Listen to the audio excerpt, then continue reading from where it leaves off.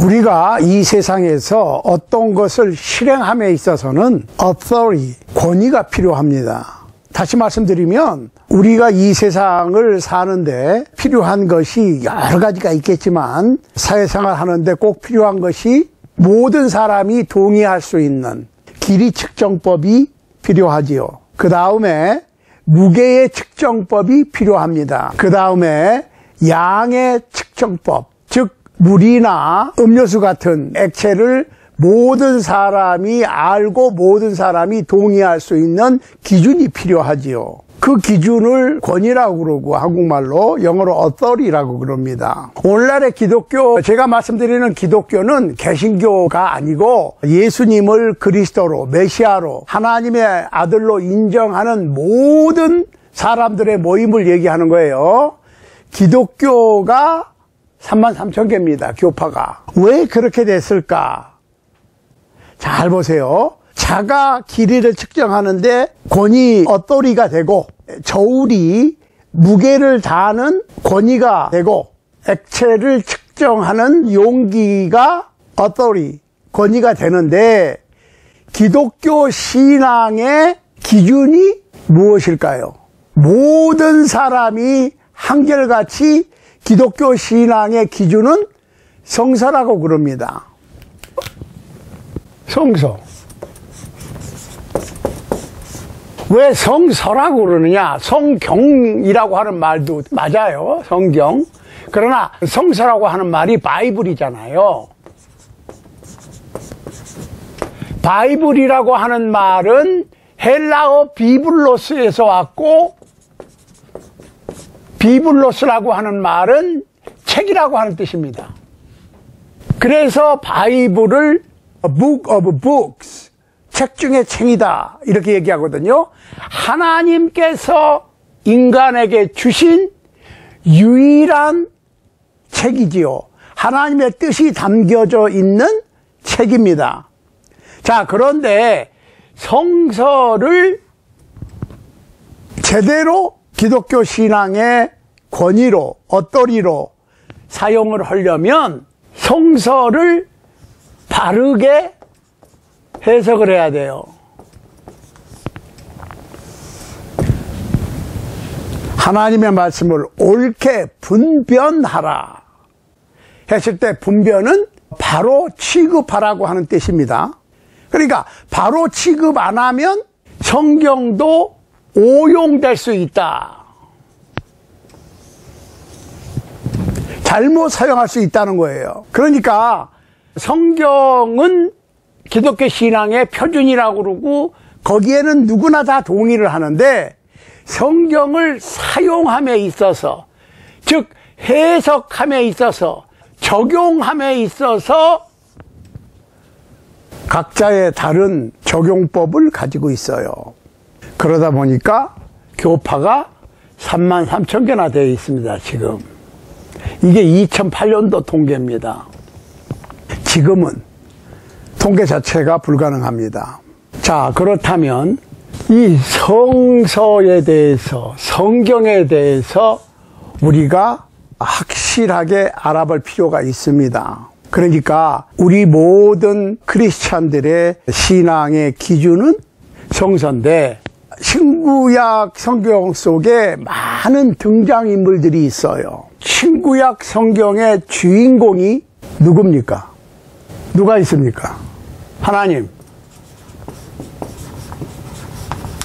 그 다음에 예수님, 성령님. 하나님, 성령님 보입니까? 안 보입니까? 안 보이는 분이에요. 그런데 하나님과 성령님께서 유일하게 인간에게 나타내시는 방법이 말씀이었어요. 말씀이 육신을 입고 세상에 오신 분이 예수님입니다. 그러니까 아버지 하나님, 아들 하나님, 성령 하나님인데 한 하나님이다. 한 하나님이신데 아버지와 아들과 성령으로 나타내시고 각자의 하신 일이 있습니다. 자, 아버지 하나님과 성령 하나님은 보이지 않는 존재지만 아들 예수님 하나님은 육신을 입고 세상에 오셔서 구약의 모든 예언을 이루신 분입니다. 누가복음 24장 44절에 보면 구약 성경의 예언서에 율법서에 시편에 나오는 모든 메시아 구세주에 관한 예언이 예수님께서 십자가 위에서 죽으시고 장사되시고 부활하심으로 완성되었다 라고 선포를 하십니다. 그리고 마태복음 28장 19절에서는 하늘과 땅의 모든 권세를 내게 주셨다 라고 예수님의 최고 권위 가지신 것을 선포하시죠. 그러니까 기독교 신앙의 가장 최고의 권위자는 예수 그리스도이십니다. 그러니까 마태복음 17장 5절에 보면 하나님께서 친히 예수님의 권위를 증명하셨습니다. 이른데 사랑하는 아들이요 내 기뻐하는 자니 너희는 저의 말을 들으라. 저가 누굽니까? 예수 그리스도. 예수님의 말을 들어라 그랬어요. 그러니까 오늘 우리는 예수님의 말씀을 들어야 되는데 그 이유는 요한복음 3장 34절이나 요한복음 6장 68절에 보면 예수님의 말씀은 곧 하나님의 말씀인데 예수님께서 예수님의 마음대로 말씀하신 것이 아니라 하나님께서 말씀하라고 하신 말씀을 아버지 하나님으로부터 받아서 말씀하셨기 때문에 자, 그렇다면 우리가 이 예수 그리스도의 말씀을 어떻게 확실하게 알 수가 있느냐. 그러니까 예수님께서 십자가에 못 박히시기 전에 사도들에게 한 가지 약속을 하셨어요. 요한복음 16장 13절입니다. 진리의 성령이 오시면 그가 너희를 모든 진리 가운데로 인도하시리라. 그러니까 오늘날 많은 설교자들, 특히 부흥사분들은 성령님을 마치 부흥사들이 사용하는 막강한 물리적인 어떠한 힘이라고 생각하는 것 같고 사람들도 그렇게 받아들이고 인정하는 것 같아요. 그런데 성령님이 곧 하나님의 영이고 하나님이에요. 예수님의 영이 성령님이고 하나님의 영이 성령님이니까 성령님이 곧 하나님이고 예수님이라고. 그런데 아니 부흥사 목사님들이 성령을 줬다 뺏었다 성령을 역사하게끔 명령을 내렸다 성령을 좌지우지 할 수 있습니까? 그 뭔가 지금 단단히 잘못됐어요. 하나님 아버지, 하나님 예수님, 하나님 성령님 삼위일체라며. 그러니까 여기서 멈춰있자니까 제가 여러 번 주장하는데 삼위일체라고 하는 번역이 잘못됐어요. 트리니티는 삼위일체가 아니야. 삼위일신이지. 아버지, 아들, 성령님의 삼위가 한 분이신 절대자 신이시지 일체는 몸체자거든요. 예수님만 바디가 있어요. 몸이 있어요. 하나님 몸이 없어. 성령님도 몸이 없어요. 그러니까 번역 자체가 잘못되어 있다고. 그러니까 아무리 한번 번역을 해서 100년 이상 써버리면 고치기가 불가능해. 그렇지만 적어도 삼위일체만큼은 삼위일신으로 바꿔야 됩니다. 삼위이신 한 하나님. 그러니까 삼위일신이 맞는 얘기예요. 맞는 번역이라고. 삼위일체라 그러면 문제가 돼요. 왜? 예수님께서 십자가에 못 박히셨을 때에 아버지 하나님과 성령 하나님도 같이 못 박혀야 돼. 그러면. 그러니까 기독교 교리 가르침 전체가 흔들리는 거예요. 삼위일체라고 잘못 번역해 놓은 그 한 가지 때문에. 이해되시죠? 그러니까 우리의 믿음의 선배들이 번역상에 잘못할 수 있지. 사람이니까. 번역은 영감에 의한 게 아니에요. 노력에 의한 거지. 성경의 창과 절로 나눈 것도 영감에 의한 것이 아닙니다. 노력에 의한 거예요. 그거를 우리가 분명히 해야 됩니다. 자, 그런데 예수님께서 사도들에게 이 사도를 우리가 분명히 해야 돼. 오늘날에 사도에 대해서 여러 가지 의견이 있어요. 그러니까 좀 유명하고 인기 있고 집회 많이 하는 분들은 거의 사도 중에서도 바울이나 베드로, 요한 정도 다른 성경에 잘 언급되지 않는 사도가 아니고 중추적 역할을 했던 사도로 거의 자신들을 표출하는데 천만의 말씀. 자, 여기서 사도에 대해서 잠깐 짚고 넘어가겠습니다. 사도는 12이지요. 근데 사실은 13이라고. 왜? 12사도는 사실은 유대인을 위한 사도예요. 그러면 이방인을 위한 사도는 하나, 바울. 바울이 사울이었던 거 뭐 이런 거는 얘기 안 하겠어요. 왜? 다 아시니까. 자, 12사도 플러스 이방인을 위한 사도 하나, 바울. 그런데 12 중에서 가룟유다가 배반했지요. 배반해서 자살해버리죠. 그런데 잘 보시라고. 사도행전 1장 15절 이하에 보면 12사도여야 되는데 하나가 모자르잖아. 그러니까 사도를 뽑습니다. 잘 보시라고. 이렇게 돼 있어요. 베드로가 유다 얘기를 하면서 그 직분을 타인에게 취하게 하소서 하는 시편의 말씀을 인용하면서 사도가 12이어야 되는데 하나가 비었으니 한 사람을 선출해서 12를 채워야 된다 하면서 후보자를 선정하는데 21절 보세요. 이러함으로 요한의 세례로부터 우리 가운데서 올리워 가신 날까지 주 예수께서 우리 가운데 출입하실 때에 항상 우리와 함께 다니던 사람 중에 하나를 세워 우리와 함께 예수의 부활하심을 증거할 사람이 되게 하여야 하리라. 잘 보시라고. 사대의 조건이 뭐예요?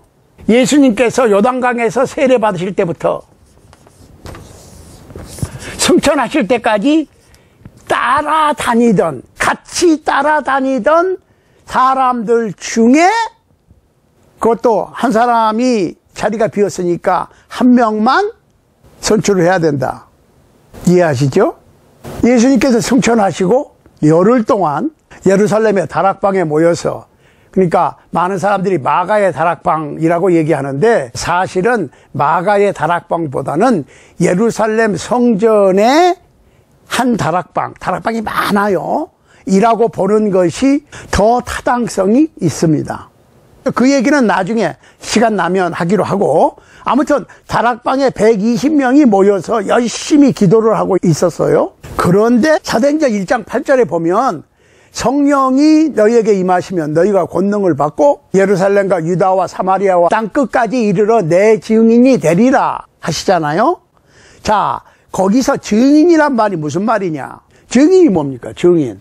여러분들 증인이란 말을 확실히 알고 넘어가야 돼요. 증인이 뭐예요? eyewitnesses. 눈으로 목격한 사람들이 증인이야.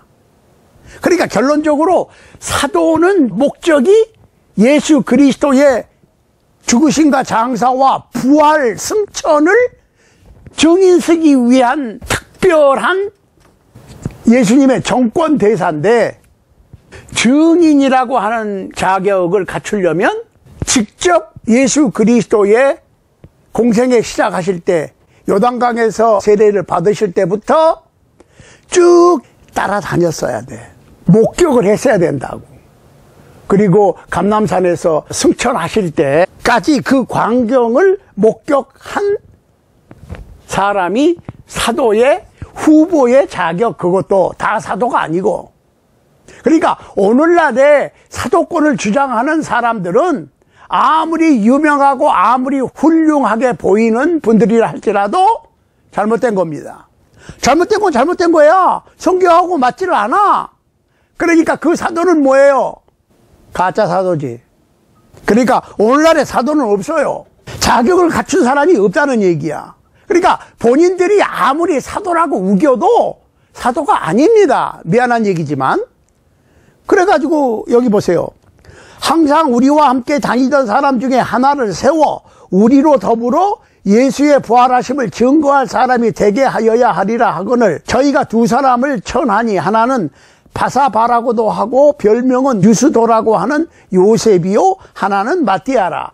요셉이나 마띠아도 세례 요한으로부터 예수님께서 세례 받으실 때부터 쭉 3년 반 동안 승천하실 때까지 따라다닌 사람들 중에 두 후보가 선정이 됐고 저희가 기도하여 가로되 무사람의 마음을 아시는 주여 이 두 사람 중에 누가 주의 택하신 바가 되어 봉사와 및 사도의 직무를 대신할지를 보이시옵소서. 유다는 이를 버리었고 제 곳으로 갔나이다 하고 제비 뽑아 마띠아를 얻으니 저가 11 사도의 수에 가입하니라.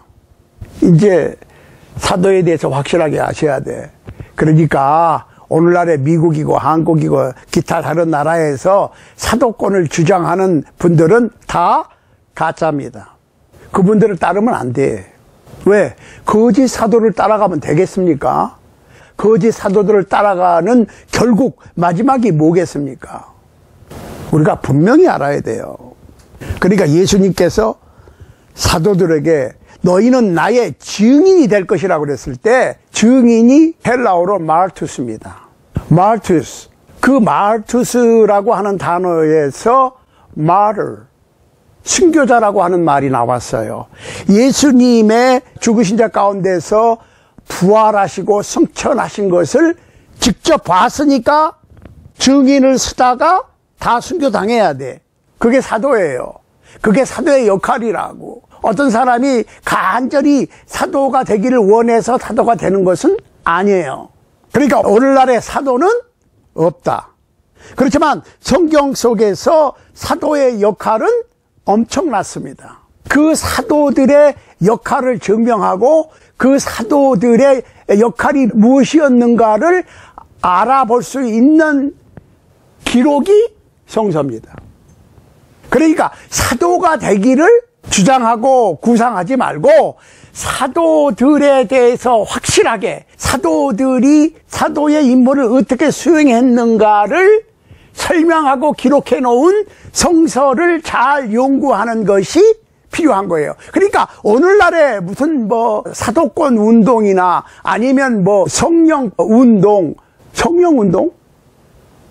아니 하나님을 이러쿵 저러쿵 이리 부르고 저리 부르고 이렇게 하나님을 막 끌고 가고 저렇게 끌고 가고 그래요? 성령님이 하나님이라니까? 부흥사님들이 갖다 쓰는 그냥 막강하면서 물리적인 힘이 아니에요. 성령님은 인격자라고. 예수님께서 사도들에게 성령님을 소개하면서 내가 가면 성령께서 오실 건데 보시라고. 진리의 성령이 오시면 그가 너희를 모든 진리 가운데로 인도하시리라. 누구를? 사도들을. 누가? 성령께서. 그런데 그 성령을 예수님께서 그가 히라고 하는 인칭 대명사를 사용했다고. 그런데 하나님이신 거룩하신 창조주 여호와 하나님의 영이신 성령님을 예수님께서도 그분이라고 했는데 그 성령님을 마음대로 갖다가 써? 성령님은 부흥사님들이 이러쿵저러쿵 갖다 쓰는 물리적인 힘이 아니라고. 다른 힘이겠지.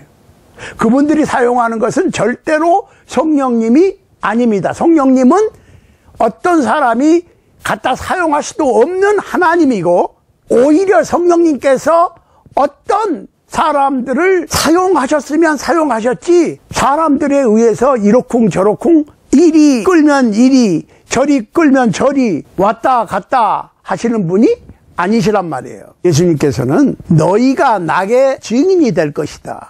그러면서 가서 가르치라 그랬어요. 잘 보시라고. 가르치라. 가르침의 기준이 있어야 될 거 아니에요. 그 가르치는 권한을 사도들이 예수님으로부터 받았고 예수님은 아버지 하나님으로부터 받았어요. 이해하시죠?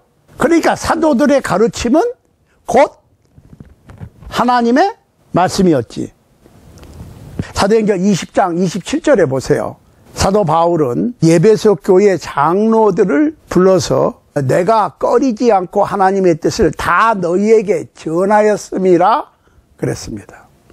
그러니까 예수님께서는 하나님께 말씀을 받아서 그 말씀을 사도들에게 나타내셨고, 사도들은 성령님의 도우심으로, 왜? 사도들도 사람이니까 실수할 수 있으니까 실수하지 않게끔 완벽한 인도자가 필요했는데, 성령님께서 사도들을 오류 없이 인도하신 거지. 그래서 바울은 에베소 교회 장로들에게 하나님의 뜻을 다 전했다라고 얘기했고, 그러니까 사도의 임무를 다 완수한 거예요.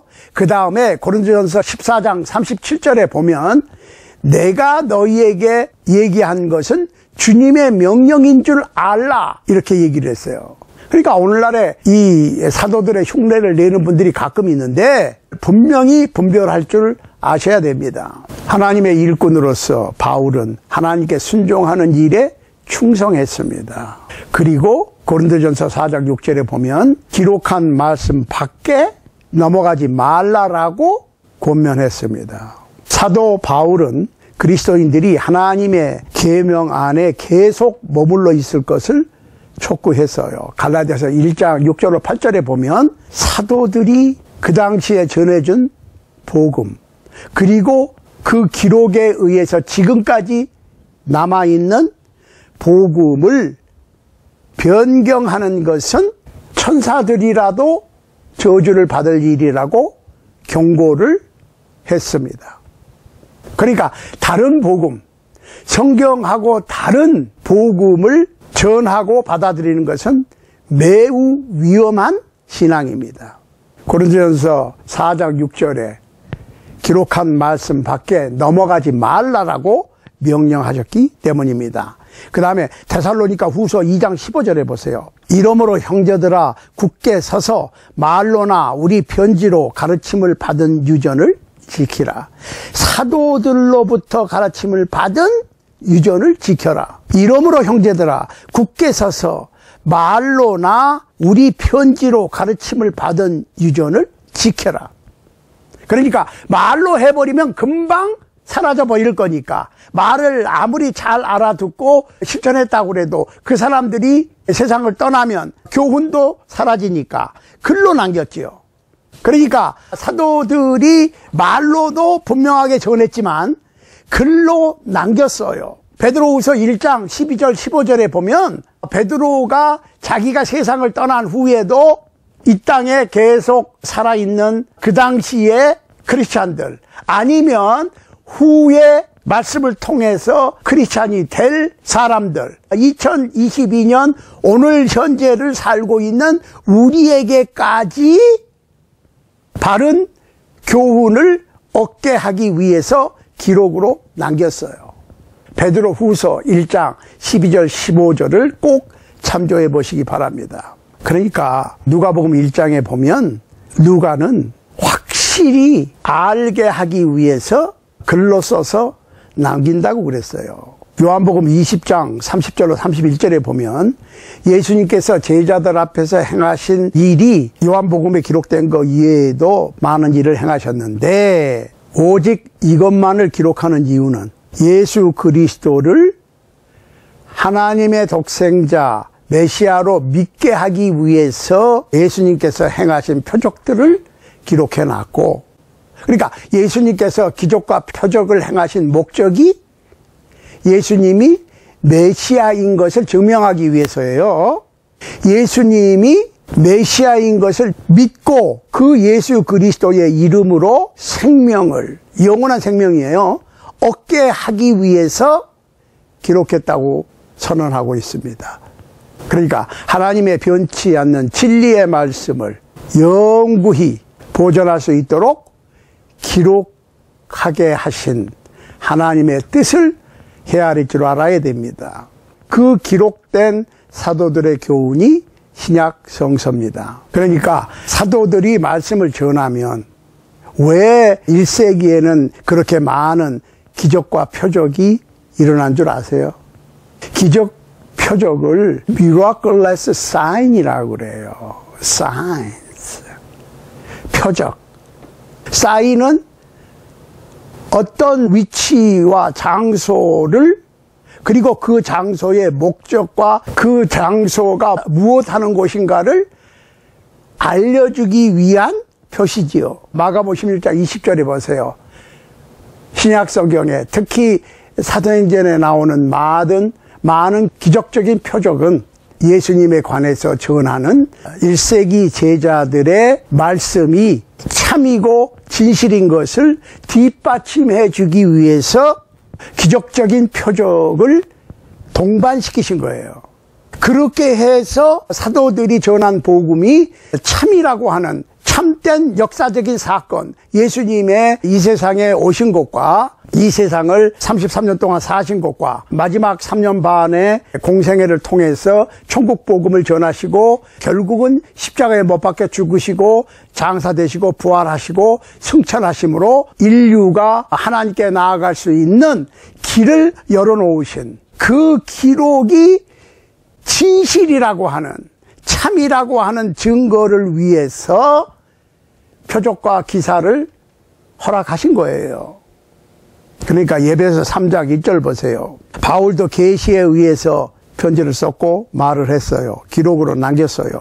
그래서 자신이 그리스도의 일꾼이라고 증명을 했고 이방인들은 그 기록을 통해서 복음을 이해하고 함께 영원한 생명의 상속자가 되고 함께 주님의 몸된 교회의 지체가 되고 함께 영원한 천국 도성의 약속에 참여하는 자가 되는데 다른 세대의 사람의 아들들에게 직접 계시는 더 이상 없음을 선언했습니다. 예배서 3장 1절로 7절을 꼭 참고하시기 바랍니다. 누가와 요한도 같은 원칙의 진리를 가르쳤습니다. 누가복음 1장 1절로 4절, 요한복음 20장 30절 31절 꼭 참조하시기 바라요. 1세기 교계에서는 사도 바울의 교훈은 곧 주님의 명령과 동일한 권위를 갖는다고 강력히 주장했어요. 그러니까 고린도전서 14장 37절 38절에 보면 어떤 사람이 바울이 전한 하나님의 말씀에 대해서 그 권위를 인정하지 못하는 사람은 무식한 사람이라고 경고를 했습니다. 그러니까 데살로니가 교회는 사도들로부터 말씀을 받을 때에 사람의 말이 아닌 하나님의 말씀으로 받아들였는데 그게 사실이라고 사도 바울이 주장했습니다. 데살로니가 전서 2장 13절입니다. 그러니까 데살로니가 후서 3장 14절에 보면 누가 이 편지에 한 우리의 말을 순종치 아니하거든 그 사람을 지목하여 사귀지 말고 저로 하여금 부끄럽게 하라 그랬어요. 그러니까 오늘날의 기독교인들은 오늘날의 크리스찬들은 사도들의 기록 즉 신약 성서를 주님의 말씀의 최종적인 권위로 받아들이지 않거나 순종하지 않으면 그 사람은 이미 크리스찬이라고 볼 수가 없다는 말씀입니다. 신약 성서는 예수 그리스도의 말씀을 대필해 놓은 거고 인간의 마음대로 가감할 수 없습니다. 계시록 22장 18절로 19절 말씀 옛날에는 많이 썼는데 그거 안 써요. 하나님의 말씀을 가감하지 말라고 하는 엄명이 내려졌음에도 불구하고 오늘날의 어떤 분들은 자기 입맛에 따라서 생략할 건 생략해버리고 덧붙일 건 덧붙여서 그럴듯하게 자기의 논리를 펼치는 거죠. 사랑하는 여러분, 기독교 신앙의 최고의 권위는 성서고 성서는 무조건 한두 구절 읽어서 자기의 의견을 섞어 주장하는 것은 사람들에게 복음을 전하거나 하나님의 말씀을 전하는 것이 아니라 하나님의 말씀을 이용해서 자기의 주장을 펼치는 결과가 되는 겁니다. 그러니까 우리가 성경 속에 들어가서 성경을 읽고 우리가 잘못 생각하고 있는 것은 바꾸고 교정하는 것이지 성경 말씀을 끄집어내서 내 논리에 맞추는 것은 굉장히 위험한 신앙입니다.